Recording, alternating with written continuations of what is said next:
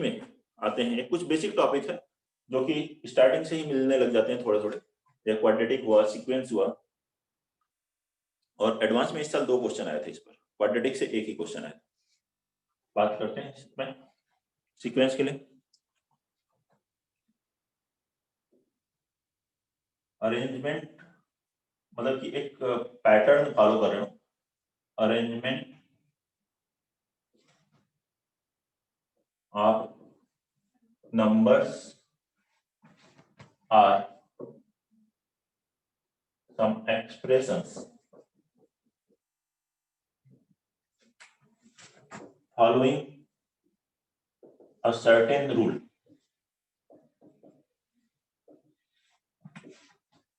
is called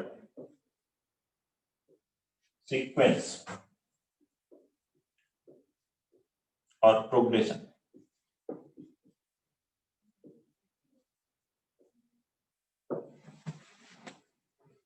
Sequence or progression, ठीक है। Numbers एक पैटर्न फॉलो कर रहे हो या कोई रूल फॉलो कर रहे हो, दैट विल बी सीक्वेंस और प्रोग्रेशन। जैसे कि ऐसे सिंपली लिख दें 1 2 3 4 5, ये सभी नेचुरल नंबर्स लिखे गए, हर एक नंबर के बीच का डिफरेंस 1 है, ये क्या है, एक सीक्वेंस है। दिस इज अ सीक्वेंस, ठीक है। ऐसे लिख दें 1 4 9 16, नेचुरल नंबर्स का स्क्वायर लिखा गया, ये भी सीक्वेंस। सीरीज में क्या होता है, इन्हीं को ऐड करके लिख लेते हैं, जैसे कि 1 + 2 + 3 + 4 + 5 ऐसे लिखा गया, तो this is known as series.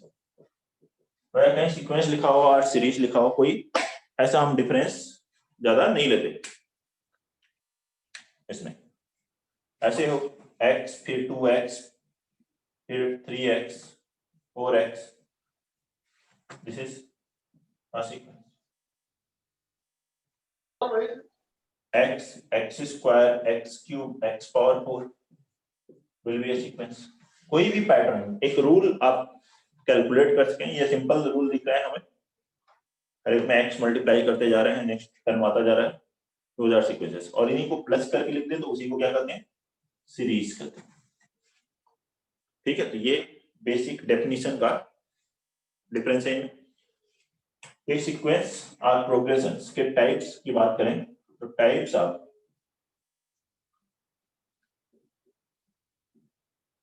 Progression और सीक्वेंसेस।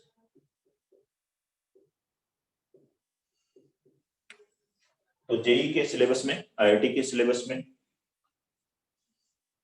मेजर टाइप्स हैं arithmetic progression, first one, arithmetic progression also known as AP. Second है geometric progression also known as GP, abbreviation form में, arithmetic progression, geometric progression. Third है harmonic progression, इसे हम abbreviation में कहते हैं एचपी। और अरिथमेटिक और ज्योमेट्रिक से मिलकर के एक progression arithmetico geometric progression, arithmetico geometric progression, that is called AGP. उसे क्या कहते हैं, AGP, arithmetic progression, geometric progression, harmonic progression and arithmetic geometric progression. एक एक करके हम लोग पढ़ेंगे इन सभी के बारे में। तो फर्स्ट वन है अरिथमेटिक प्रोग्रेशन, नोट कर लीजिए।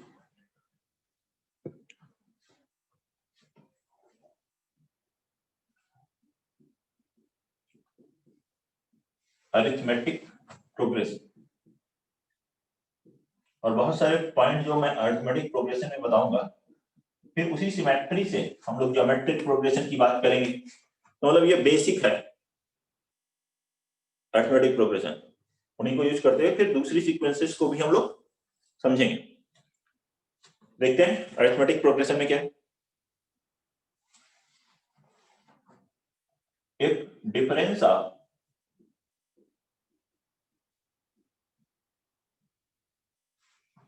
difference of any two consecutive terms, any two consecutive terms throughout the sequence,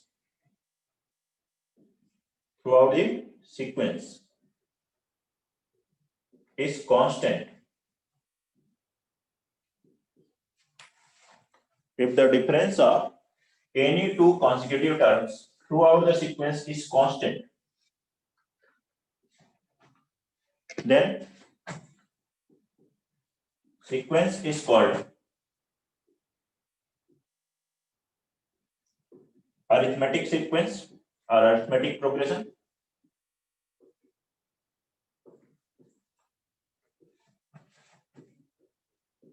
AP क्या होता है?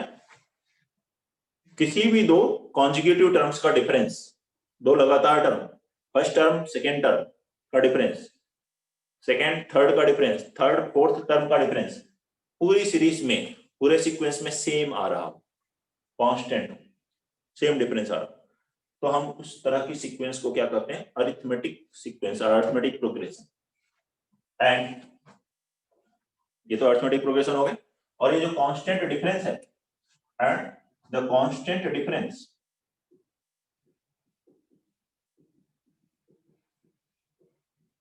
is called common difference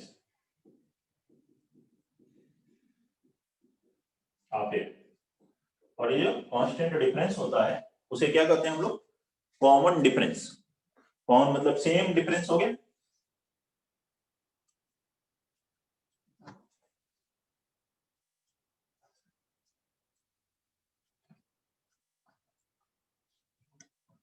ठीक है, तो अब देखते हैं एक A1 A2 A3 up to AN minus 1 comma AN are in AP। ये एक सीक्वेंस है जो क्या है? AP है। AP है तो सेकेंड टर्म और फर्स्ट टर्म कोई भी दो लगातार टर्म का डिफरेंस A2 माइनस A1 अगर आप करते हैं, या फिर A3 माइनस A2 को लिखते हैं, third term minus second term, आप fourth term minus third term लिखते हैं, throughout last term AN minus AN-1 लिखते हैं। All this will be same constant, and यही क्या है? Common difference.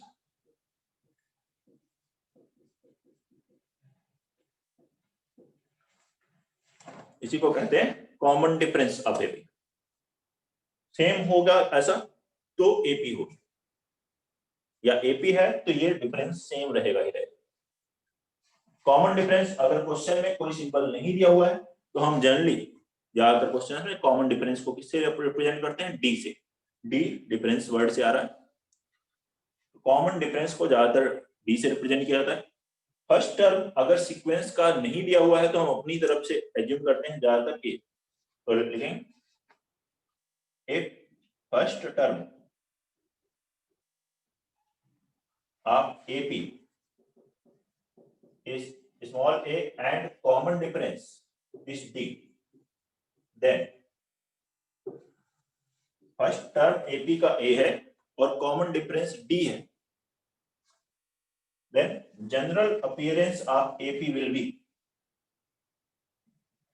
general appearance of AP will be, AP की general appearance कैसा दिखेगी? AP ठीक है, फर्स्ट टर्म तो A हुआ, फिर कॉमन डिफरेंस D है तो नेक्स्ट टर्म क्या होगा? A प्लस D, इन दोनों का डिफरेंस आ गया D, फिर उसके बाद नेक्स्ट टर्म क्या होगा? A प्लस 2D, इसका डिफरेंस देखिए फिर से D, next term A plus 3D, ऐसे टर्म्स आते हैं। नोट कर लीजिए, कोई भी प्रॉब्लम हो यहां तक तो आप बताएं। नोट करेंगे सभी लोग इनको, इन पॉइंट्स को। इस स्टेप तक कोई भी डाउट है तो बोलिए, किसी को भी कोई डाउट है?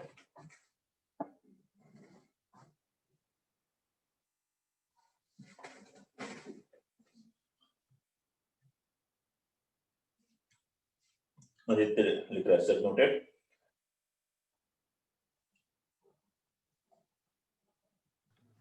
सर जो लास्ट इक्वेशन, सर जो लास्ट लाइन आपने लिखी है वो फिर एक्सप्लेन कर दो। लास्ट लाइन सर वो in first term of AP is A and C into D is D, सही वाली। मतलब कॉमन डिफरेंस को एब्रीविएशन में लिखा मैंने CD। CD का मतलब common difference is D। First term common difference is D। Common difference क्या D है, तो अपीयरेंस कॉमन डिफरेंस क्या, second term minus first term, इसमें से इसको माइनस करोगे तो D आएगा, third term minus second term कितना आएगा, D आएगा। तो फर्स्ट टर्म में आप कॉमन डिफरेंस को अगर ऐड करते चले जाए तो आगे के टर्म मिलते चले जाएंगे। तो इसमें मैंने कॉमन डिफरेंस ऐड किया, A प्लस D बन गया, फिर कॉमन डिफरेंस ऐड किया, A प्लस 2D बना, फिर कॉमन डिफरेंस ऐड किया, A प्लस 3D। तो कॉमन डिफरेंस को हम अगर ऐड हमें मालूम है और फर्स्ट टर्म मालूम है तो हम सारे टर्म लिख सकते हैं जितने भी AP में। Okay sir, okay sir. ये CD का मतलब क्या है, common difference. Okay okay sir, इसी में कंफ्यूजन हो रही थी बस। कोई बात नहीं, आपको जो भी दिक्कत है आप पूछिए। देखिए बेसिक्स क्लियर होंगी तभी आप आगे के क्वेश्चंस बना पाएंगे और आपका करियर है। आपको जहां भी नहीं समझ में आ रहा है वो जरूर पूछो।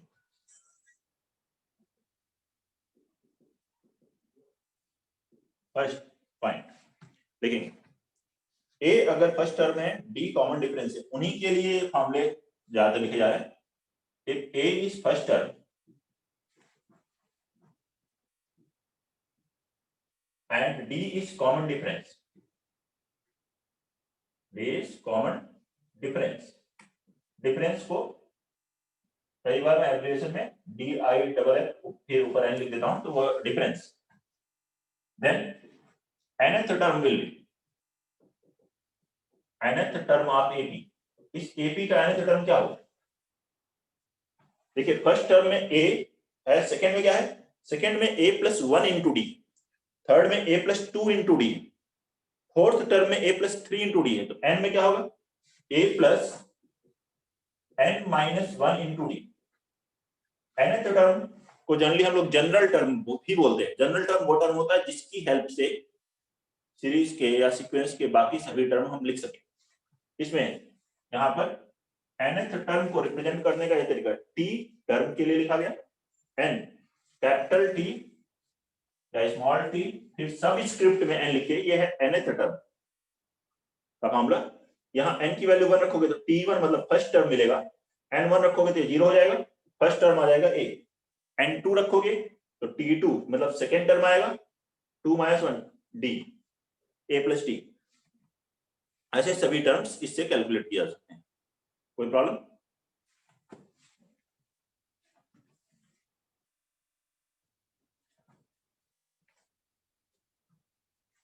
इसी nth टर्म को कई बार क्वेश्चंस में n टर्म्स की अगर जीपी है तो वो लास्ट टर्म बन जाता है।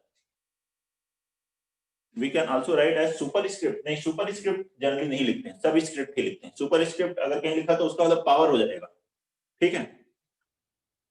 जनरली जो मैथ्स में टी स्मॉल है, सब स्क्रिप्ट में लिखते हैं, सुपर स्क्रिप्ट में नहीं लिखते। लेकिन if L is last term of AP, कई बार ये वर्ड लास्ट टर्म यूज होता है कई जगहों पर। लास्ट टर्म है of AP having n terms, जिसमें n टर्म्स हैं। अगर 2n टर्म है तो n की जगह 2n आएगा, 100 टर्म है तो n की जगह 100 आएगा। तो जितने टर्म है उसके अकॉर्डिंग। तो if L is last term of AP having n terms, then what will be L? L will be A plus n minus 1 into D। ये हो जाएगा, जो T नहीं लिखा था, A plus n minus 1 into D।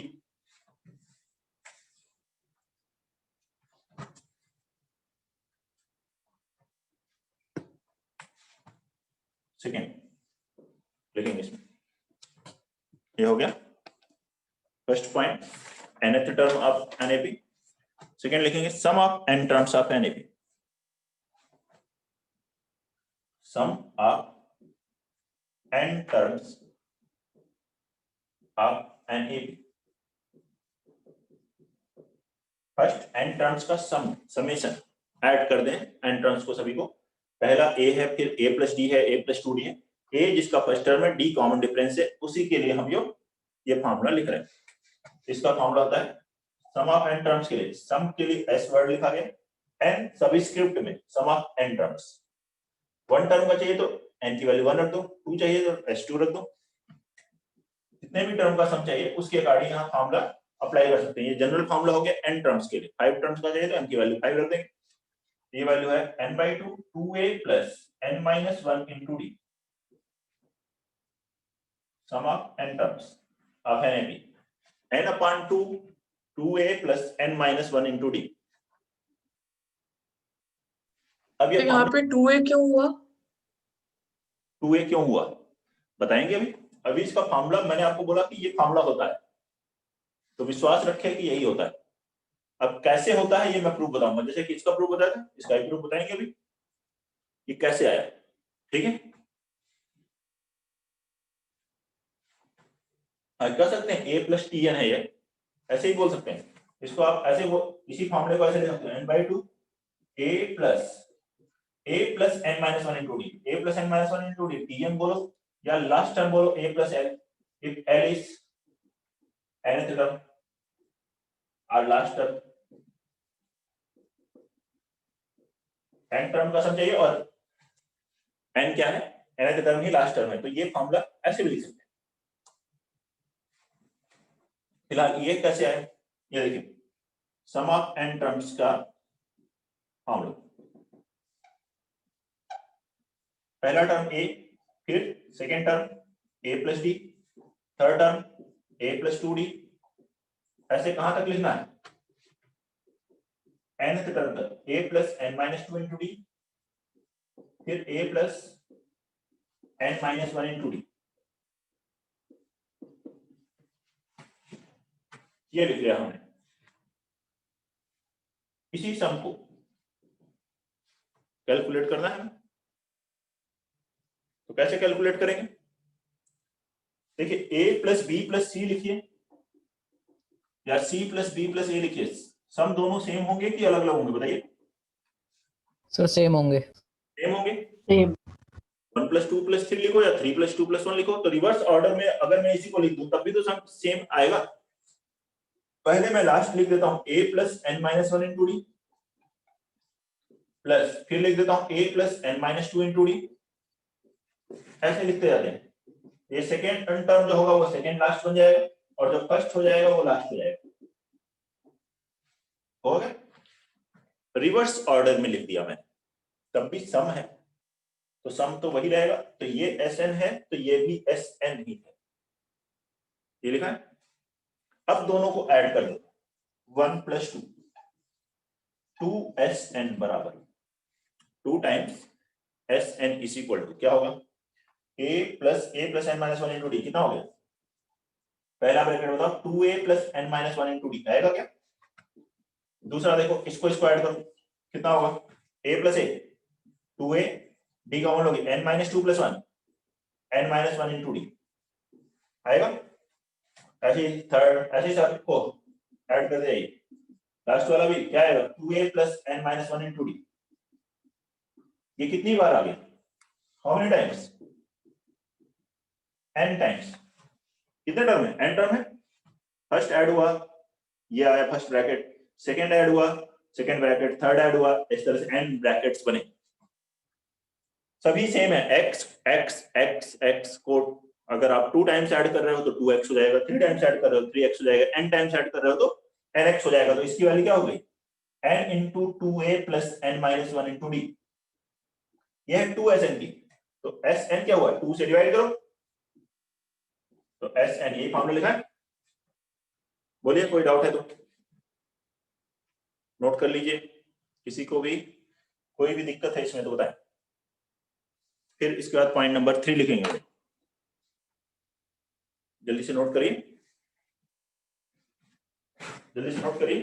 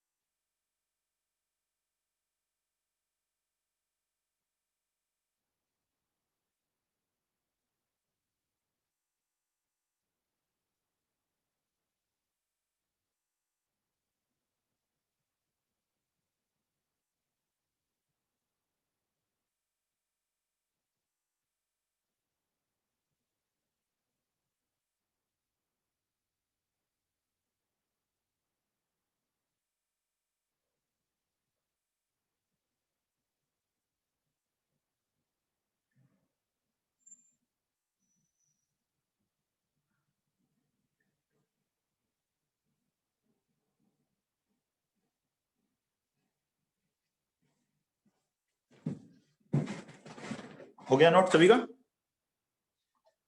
Yes sir. कुछ और पूछना है?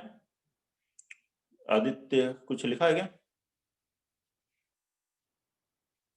शिखर सर 10th बोर्ड्स में क्या पूछा है? आ सकता है प्रूफ? आ भी सकता है, ठीक है, आ जाएगा तब बना लीजिएगा, नहीं आएगा तो ये नहीं लिख के आना है कि मुझे आता है प्रूफ, लिखता हूं मैं, ठीक है, आए तो लिख लेंगे। बता तो दिया आपको ना, बहुत सारी चीजें बताई जाएंगी जिसमें से कुछ आएगा और कुछ नहीं भी आएगा,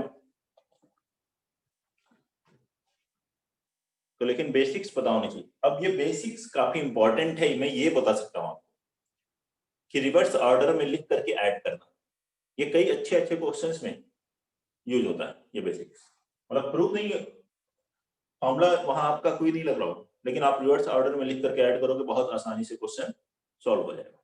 खासतौर से ऐसे क्वेश्चंस आपको मिलते हैं बाइनोमियल में, मिलते हैं कई टॉपिक्स में है वैसे, ठीक है, इससे ट्रिग्नोमेट्री रेशियोज में भी आ जाते हैं कुछ क्वेश्चंस में, इसमें तो आपने देखा ही। और इस मेथड को बोलते हैं, रिवर्स ऑर्डर में लिख करके ऐड करने की मेथड को बोलते हैं hat trick,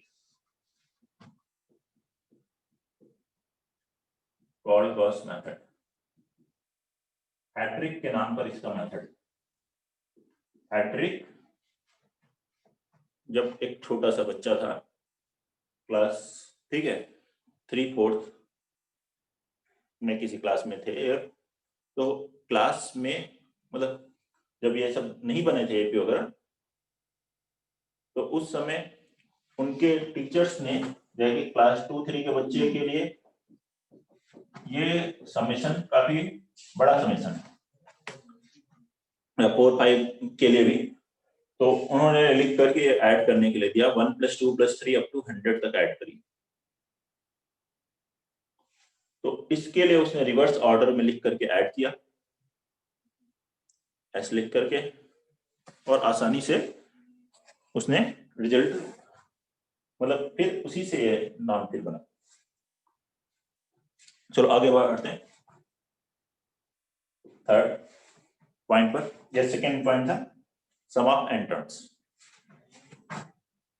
if d is greater than 0, d क्या है? Common difference of AP। अगर वो ग्रेटर देन 0 आता है तो हम कहेंगे कि जो AP है वो एक इंक्रीजिंग AP होगी। If d is less than 0, then AP will be decreasing AP, जो AP होगी वो डिक्रीजिंग होगी। If d is equal to 0, तो ये AP क्या होगी? Constant AP। कांस्टेंट AP मतलब इसमें सभी टर्म्स इक्वल होंगे, ऑल टर्म्स आर इक्वल, सभी टर्म्स इक्वल होंगे।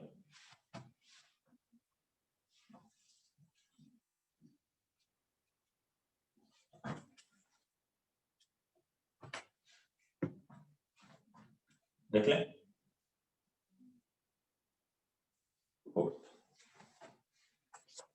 पॉइंट पे इसमें लिखते हैं, कोई डाउट हो तो बताइए।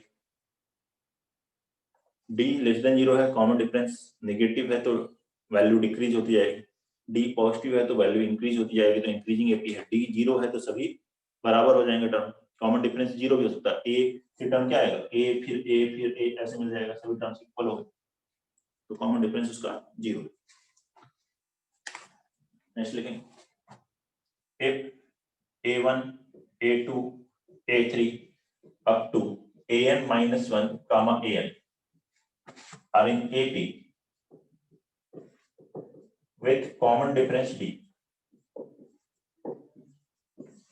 AP में है और इनका क्या है? Common difference d।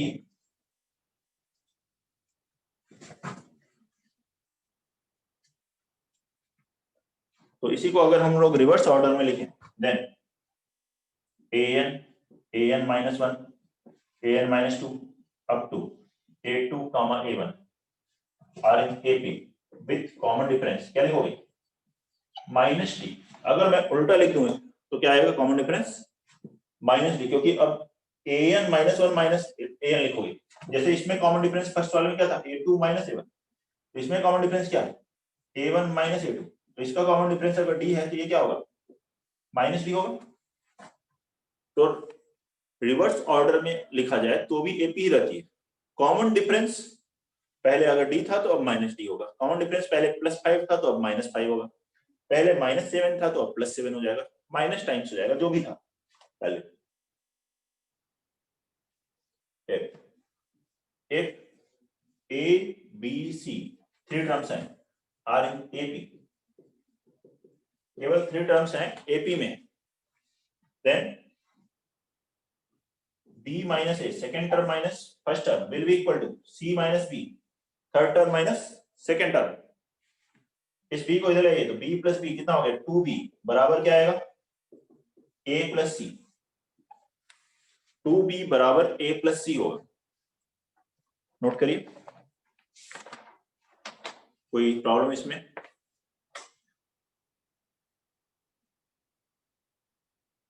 ठीक है, कुछ और भी पॉइंट्स हैं कई एपी से ही रिलेटेड, उन पॉइंट्स की बात हम बाद में करेंगे, पहले कुछ सिंपल क्वेश्चंस करते हैं। 6 पॉइंट नोट कर लिए, कोई बात नहीं, किसी एक पॉइंट का नंबर आपने और दे दिया हो, अपने मन से कोई पॉइंट लिखा हो तो उसको डिलीट कर लें, ठीक है, वहां पर बाकी मैंने नंबरिंग तो पहले ऐसे 5 लिखी है, तो किसी एक में आपने सब नंबर कर दिया हो, उससे कोई फर्क नहीं पड़ता है, कोई ऐसा नहीं पूछा जाता। प्रॉपर्टी नंबर 3 जो मैं लिख रहा हूँ, हो सकता है कहीं एनसीईआरटी में 11th में 10th में नंबरिंग उधर कुछ अलग हो, हमें पॉइंट से मतलब है, पॉइंट अगर आप आते हैं तो। आदित्य का कहना है कि मैंने 6 पॉइंट लिख लिए, कोई बात नहीं, ठीक है, बस ये देखना है कि आपने जो मैंने लिखा है वही लिखा है, नंबरिंग ज्यादा कम कर सकते हैं। ऐसा नहीं करना है कि अरे सर भी 5 लिखे हैं तो मैं अपनी तरफ से 1 लिख देता हूँ, अपनी तरफ से कोई ना लिखे, इस बात का ध्यान रखें।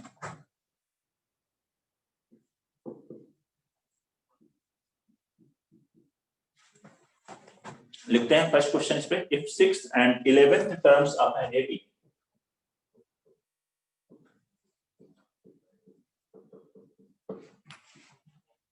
are 17 and 32, then find its 20th term। पहले कुछ क्वेश्चंस करते हैं, जितने पॉइंट पढ़े उतने पर, और भी पॉइंट्स हैं वो बाद में हम इसके बात करेंगे।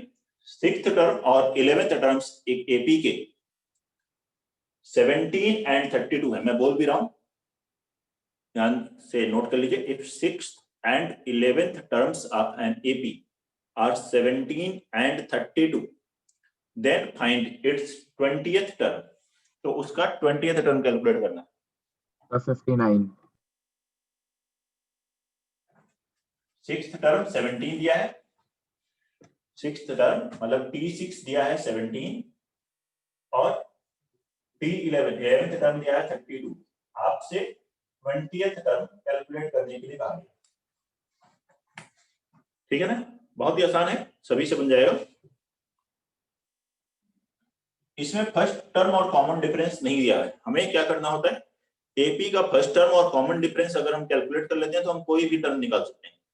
तो फर्स्ट टर्म और कॉमन डिफरेंस नहीं दिया तो हम जो गिवन इंफॉर्मेशन है उसकी हेल्प से उसे कैलकुलेट करेंगे। तो let first term be a and common difference, तो हमने सी डी लिखा, फिर से बी डी, एप्लीकेशन में common difference be d. First term a है, कॉमन डिफरेंस डी है, ये हम एज्यूम कर लेते हैं।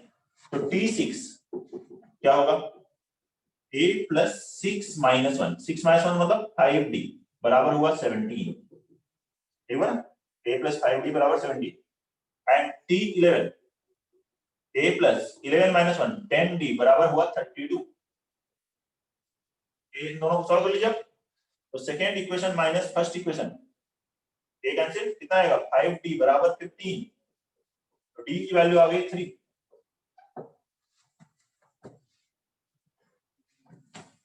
d की वैल्यू है 3। जिसका आंसर 59 आया है सही है। आदित्य राय 87 सही नहीं लग रहा मुझे, फिर भी देखते हैं अभी आगे सॉल्व करके। डी यहाँ 3 रखेंगे from equation 1, a plus 5 into 3 15 बराबर 17। तो a बराबर कितना आ गया 2। तो फर्स्ट टर्म 2 है, कॉमन डिफरेंस 3 है। ये गिवन इंफॉर्मेशन से आ रहा है कि जब 6 टर्म 17 होगा और 11th टर्म ab का 32 होगा तो फर्स्ट टर्म 2 होगा, कॉमन डिफरेंस 3 होगा।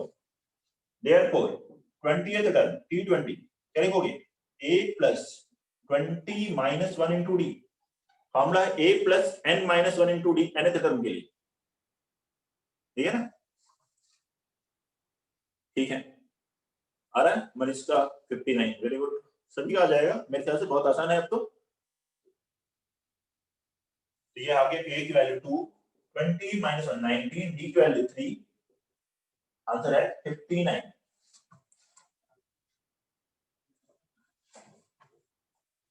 कोई भी डाउट है फर्स्ट क्वेश्चन के सॉल्यूशन में? क्वेश्चन नंबर 2 लिखेंगे, ये लिख देते हैं question number 2। In an AP if TP मतलब pth टर्म क्या है Q and TQ qth term है T, then find its rth term. rth term calculate, pth term Q है, qth टर्म P है, तो rth टर्म कैलकुलेट करना है कि rth टर्म क्या हो।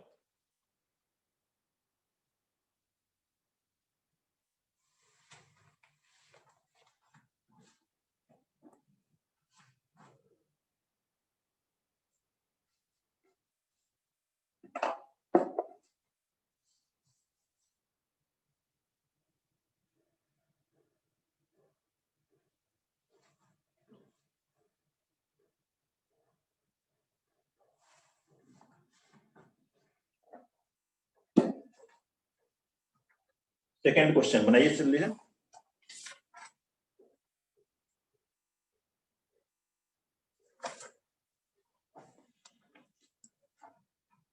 pth टर्म Q दिया है, qth टर्म P दिया है, तो rth टर्म पूछा गया है।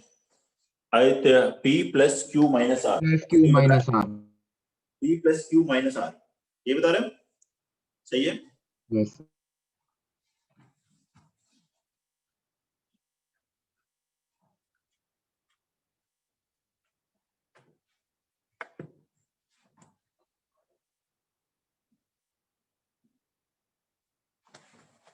pth टर्म Q है, pth term again first term A, common difference D ले लिया। TP का क्या मामला होगा A plus P minus 1 into D बराबर Q, ये हो गई इक्वेशन 1, ठीक है ना। A plus P minus 1 into D बराबर Q। ऐसे TQ क्या है qth term A plus Q minus 1 into D बराबर है P।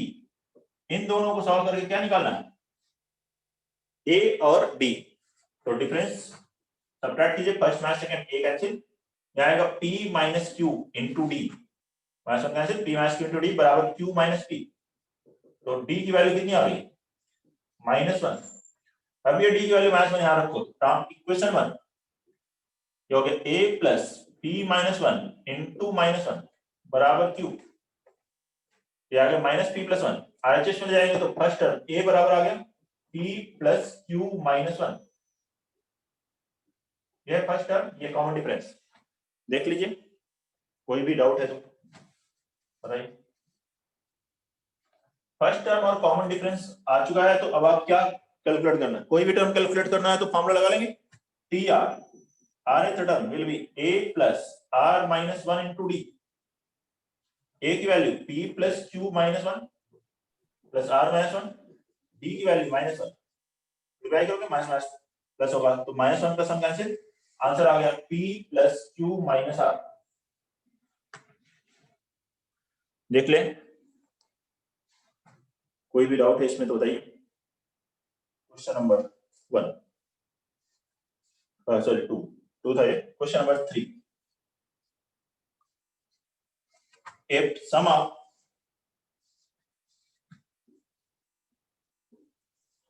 10 terms of 2 APs,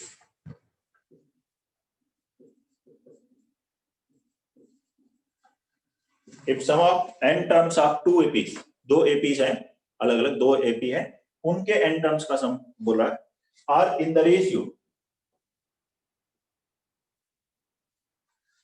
ratio 7n plus 1 is to 4n plus 27. उनका रेशियो क्या है? 7n plus 1 is to 4n plus 27 के रेशियो में है अगर, then find the ratio of, then find the ratio of their 11th term. तो उनके 11th terms का रेशियो कैलकुलेट कर, दो एपी हैं, उनके अलग अलग सम होंगे, n टर्म्स ही लेने, सेम नंबर ऑफ टर्म लिए n टर्म्स, उनके रेशियो दिया हुआ है। आपसे बोला गया उनके 11th टर्म्स का क्या रेशियो होगा, वो बताइए।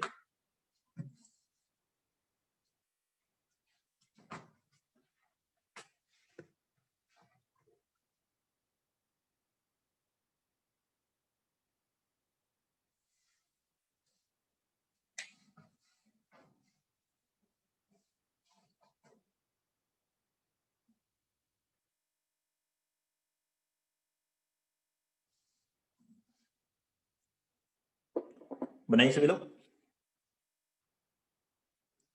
अब बताएं आंसर सॉल्व करके क्या आना चाहिए इसका।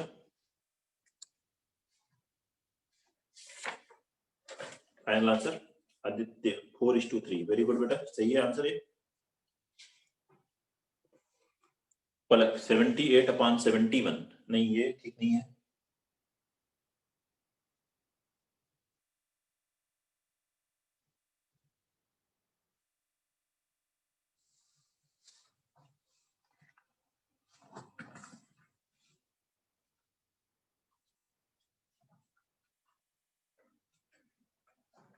देखिए कैसे करते हैं इसको।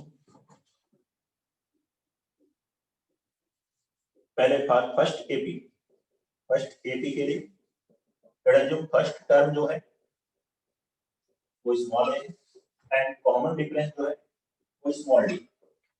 सेकेंड एपी का फर्स्ट टर्म अलग होगा, कॉमन डिफरेंस अलग होगा, सेम तो होगा नहीं, सेम हो गया, दोनों एपी सेम हो गई, फिर तब तो 1 हो जाएगा रेशियो। तो इसका फर्स्ट टर्म हम लोग ले लेते हैं कैपिटल ए से एंड कॉमन डिफरेंस जो है वो कैपिटल बी ले लेते हैं, ठीक है।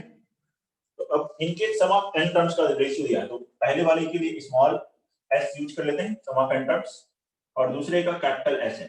ये रेशियो क्या दिया है, स्मॉल s n होगा क्या, n/2 2a plus n minus 1 into d, और ये क्या आएगा small n/2, number of terms तो दोनों में सेम है, n सेम है, स्मॉल n, फर्स्ट टर्म और कॉमन डिफरेंस अलग अलग है, तो इसमें आएगा 2 capital A plus n minus 1 into capital D, and number of terms same.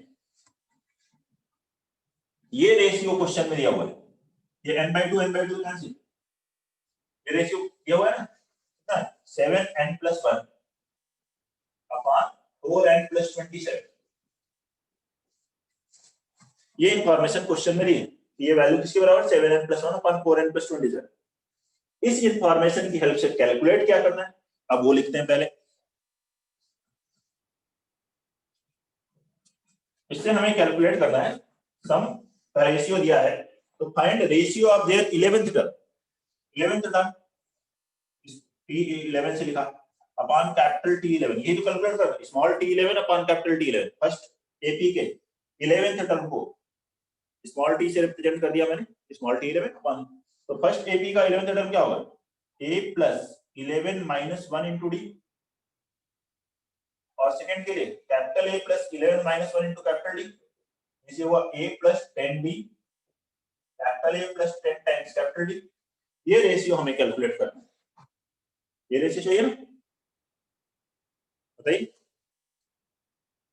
अब ये कैसे कैलकुलेट करेंगे, यहाँ देखो, यहाँ है 2a plus n minus 1 into 2a है, जब यहाँ a चाहिए तो 2 से डिवाइड कर देते हैं पहले, या 2 कॉमन ले लो और कैंसिल हो जाएगा न्यूमरेटर में, यहाँ क्या मिलेगा a plus n minus 1 upon 2 into small t upon capital A plus n minus 1 by 2 into capital D बराबर 7n plus 1 upon 4n plus 27। हुआ क्या? देखो स्मॉल ए ठीक है, कैपिटल ए ठीक है, बस इस प्लेस की जगह पर क्या है 10 है, मतलब n माइनस 1 बाई 2 के प्लेस पर क्या है n माइनस 1 बाई 2 के प्लेस पर अगर 10 हो जाए तो यही सेम रेशियो आ जाएगा, मतलब n के प्लेस पर क्या हो जाए क्रॉस मल्टीप्लाई करो 21 हो जाए, n माइनस 1 बराबर 20, n बराबर 21। तो इस एक्सप्रेशन में हम n की वैल्यू 21 रख दें तो ये मिलेगा a plus 10d upon capital A plus 10 times capital D, और यही 21 आरएचएस में रखोगे तो 7 into 21 plus 1 upon 4 into 21 plus 27 कितना आ गया 148 upon 84 plus 27 111 ये आ गया नाटर न्यूमरेटर 148। ये दोनों ही 37 से डिविजिबल है, 37 1 जा 37 37 2 जा 74 37 3 जा 111 37 4 जा 148, ये 37 से कैंसिल हो गए और आंसर कितना आएगा 4/3। सिंप्लीफाइड नोट कर लीजिए, कोई डाउट है तो बताइए।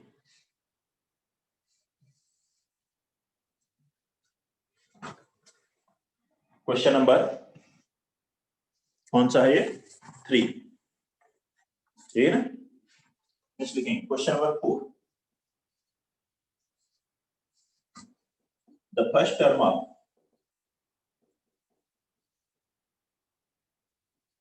AP is 5. First term of AP is 5. Last term is 45. And sum is equal to 400. और sum क्या है 400. Find number of terms.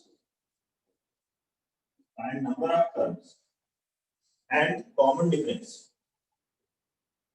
And common difference of AP.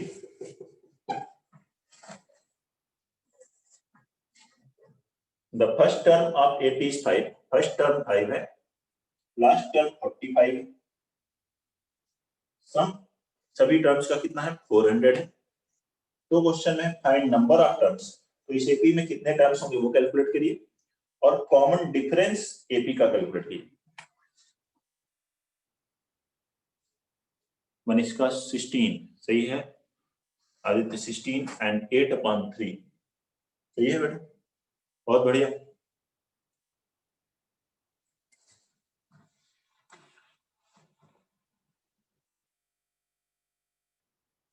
Manisha 8/3 common difference सही, शिखर 16 एंड 8/3 सही बता रहे हो?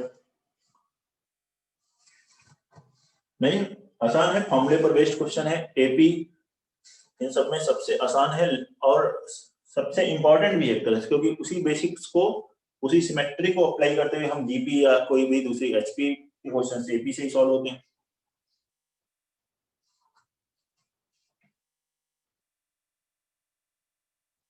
तो फर्स्ट टर्म 5 है, let us assume n number of terms कितने हैं n,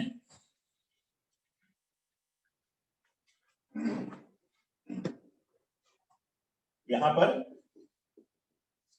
फर्स्ट टर्म